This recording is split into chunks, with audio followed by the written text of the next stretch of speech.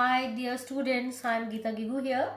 Now I will move for accounting equation where I have told you that assets is equal to capital plus liability, and I have also mentioned you here we have to do what? Our left hand side should be equal to right hand side. This is the thing which I am going to convey you here. Firstly, starting, now you see कि whenever any sole proprietor go for the business, he start business and he just have the cash. यहाँ पर है कि उसने sole proprietor ने what he had done, he had started business with cash. देखो, जब भी कोई इंसान बिजनेस अपना शुरू करता है तो वो अपना पैसा यूटिलाइज करता है उस बिजनेस में. तो फर्स्ट पॉइंट जो आपका क्वेश्चन में दिया होगा that will be started business. इसको कभी कभी कमेंस बिजनेस भी आ जाता है, स्टार्टेड बिजनेस भी आता है. That's one of the same thing. If it is commenced और it is started is one of the same thing. So here it is given in the question started business with cash 4 lakh. तो ये हमारा question एकदम से clear हो गया. जब उसने अपना बिजनेस शुरू करा था तो उसके पास कितने रुपए थे? 4 लाख. अब ये देख लीजिए बेटा, आपको ये याद रखना है, this is having the format. What is the first thing which you have to learn in the format? That is firstly you have to write serial number, then it is narration, then it is assets, then it is capital and then liability. देखो, अभी मैंने आपको बोला asset is equal to capital plus liability, यही आपको लिखना है. Now started business with cash 4 lakh. This is the first thing which is given in the question. So we have to write that this is the first serial number. Here I have written here serial number first. Then narration. Narration is the main question. Narration में हमारे पास वही लिखना है जो हमारे question में दिया हुआ है. In question it is given started business with cash. तो इसने कितना बिजनेस में पैसा लगाया? 4 lakh. So you have to write it, copy it down. Started business with cash. You can write amount or you can leave that because that is given in the question, so it doesn't कि you have to write it again. But the narration should be clear. What he had done, he had started business with cash. That is given in the question. You have to write it in the narration. अब हमारा जब business शुरू होता है तो दो चीजें आती हैं हमारे पास. एक तो उसका कैश आ गया बिजनेस में. कितने रुपए आ गए? 4 लाख रुपए.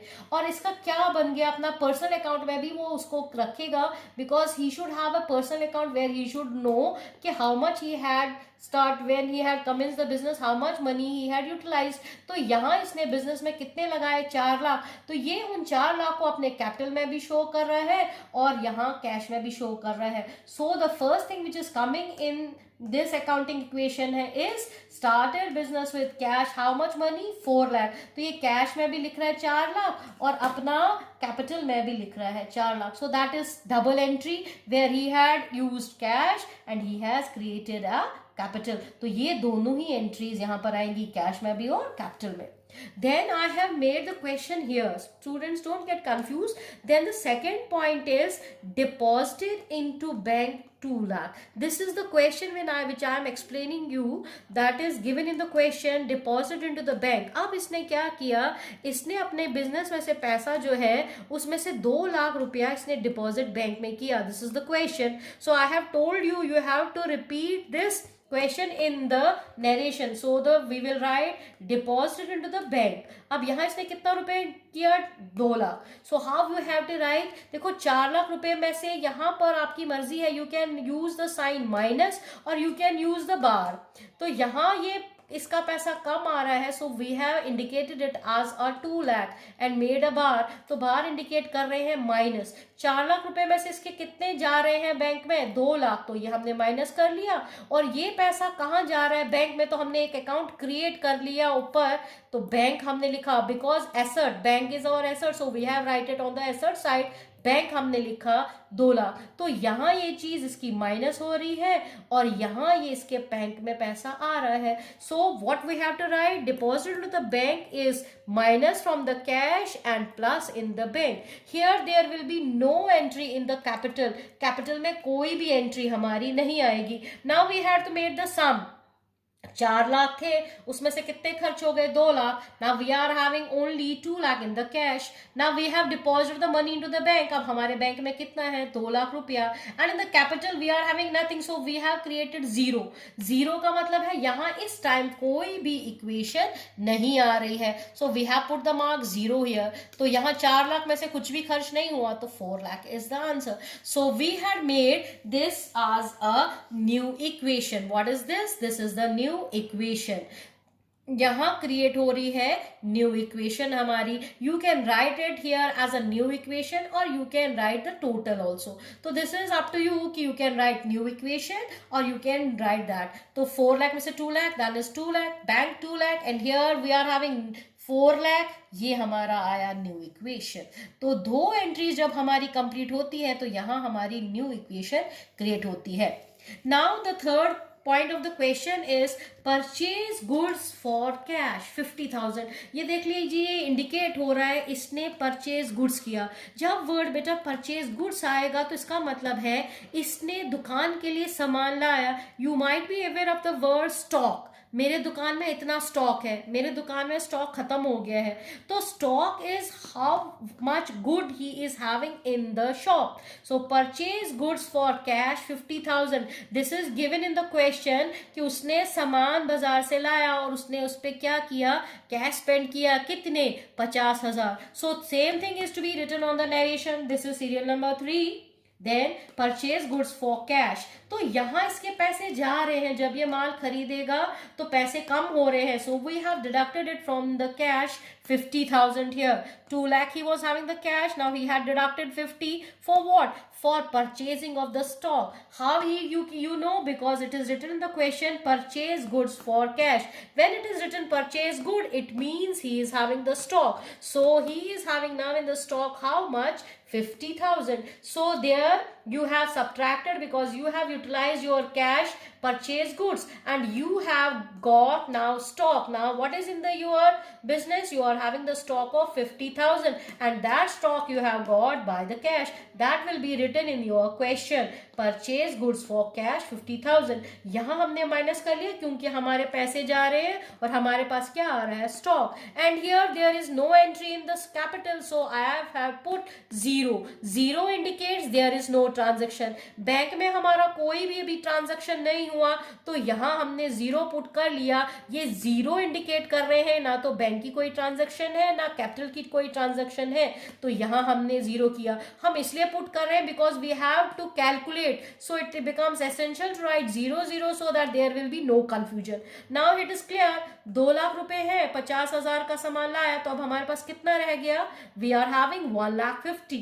Here we are having no transaction, so the repeat. Bank is having how much amount? 2 lakh. And now we in the stock we are having how much? 50,000. And then 4 lakh में से कोई transaction नहीं है. We are having repeatedly here what? 4 lakh rupees. So this becomes the new equation. I have not mentioned here, but I am telling you here we are creating the new equation. अब हमारे पास cash कितना रहा? 1,50,000.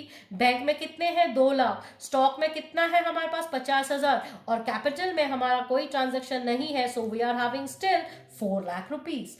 Now we are moving to the fourth transaction, that is purchase goods on credit. Now you might be aware credit का मतलब है उधार. अब इसने फिर से दुकान के लिए सामान लाया, but this time he is having the credit purchase. How much he had spent on the credit purchase? 1 lakh rupees. He had got the stock. 1 lakh रुपए का इसने माल लाया, लेकिन लाया उधार. Now you might be clear about the things कि जब भी हम उधार लाते हैं तो हमारे पास क्या आता है? creditor. So what we have to write in the narration? Same thing which is given in the question. Purchase goods on credit. So purchase goods on credit here is, देखो अब यहाँ पर जब उधार लाएगा तो कैश की कोई ट्रांजैक्शन नहीं हो रही है, तो I have put 0 here. Bank से कोई पैसा नहीं निकल रहा है, I have put 0 here. But in stock it is the credit purchase, तो इसके स्टॉक में इंक्रीज हो रहा है. The stock is now increased by 1 lakh. Now he is having 50,000 cash and 1 lakh from the credit purchase. No transaction for the capital, so I am putting here 0. Now you are are एवियर, जब भी वो उधार लाता है तो हमारी liability create होती है, and the name which is given for the liability, that liability is having the name what, creditor. Now we are aware कि क्रेडिटर वो होता है जिससे हम उधार लेते हैं, and that creditor becomes our liability. अब हमें उसको कितना रुपया देना है क्रेडिटर को, 1,00,000 रुपए, and it will come under the liability. So it is clear, 1,00,000 rupees we have to give to the creditor because it is the credit purchase. Now new equation becomes 1,50,000 में कोई ट्रांजेक्शन नहीं है, so its total will be 1,50,000. 2,00,000 bank की कोई transaction नहीं है, तो new equation we are forming here, we are having the bank account 2,00,000, and in stock we are having how much, 1,50,000, and in capital there is no transaction, we are having same 4,00,000 rupees, and now here we are have created the liability of 1,00,000. It is written here. Now this is the first 4 points which I have explained you. Firstly, started business with the cash was the first, deposit into the bank was the second, purchase goods for the cash was the third, and purchase goods on the credit was the fourth. And I have made these 4 things as a balance sheet. I have told you previously कि what is to be done at the last thing which we have to done for the accounting equation is balance sheet. There are the more formality to write, but I think firstly if you will understand what is in the balance sheet, then it will be easy as on to write, as on which date, that is to be written over here also. But balance sheet as on is written also, and then balance sheet consists of what I have told you previously, it consists of liabilities and assets. दो ही चीजें होती हैं balance sheet में. Balance sheet का मतलब ही है दोनों तराजू के दो हिस्से जहां हमारे दोनों साइड्स बराबर होंगे. Here we are having the liabilities and then we are having what, assets. अभी आप देख लीजिए, हमारा क्लियर हो गया. अब यहाँ देख लीजिए liabilities. liabilities में हमारे पास क्या है, capital. So here we are having the liabilities capital. How much is the amount at the end? It is 4,00,000 rupees. And what we are having in the liability, liability का मतलब ही है उधार, and this is the one part of the capital. Liability comes, capital comes under what, liabilities. तो capital हमारे पास कितना है, 4,00,000, और यहाँ हमने उधार लिया तो उस उधार वाले को क्या बोलते हैं, creditor. So we have to give 1,00,000 to the creditor. This comes from this side. Now we are having assets. This is our asset side. We have sought out in assets. We are having cash. How much is the cash? 1,50,000. How much is in the bank? 2,00,000. How much is in the stock? 1,50,000. So we have to write it separately. Cash 1,50,000. Bank 2,00,000 and stock 1,50,000. देखो ये हमारा clear हो गया. In asset what we are having? We are having the 3 things. Cash हमारे पास कितना है, 1,50,000 रुपया. Bank में हमारा कितना पैसा है, 2,00,000 रुपया. स्टॉक हमारे पास अभी कितना है, 1,50,000. तो ये एक पोजीशन किसी भी सोल प्रोपराइटर के लिए, जो मालिक होता है उसके लिए एकदम से क्लियर हो जाता है.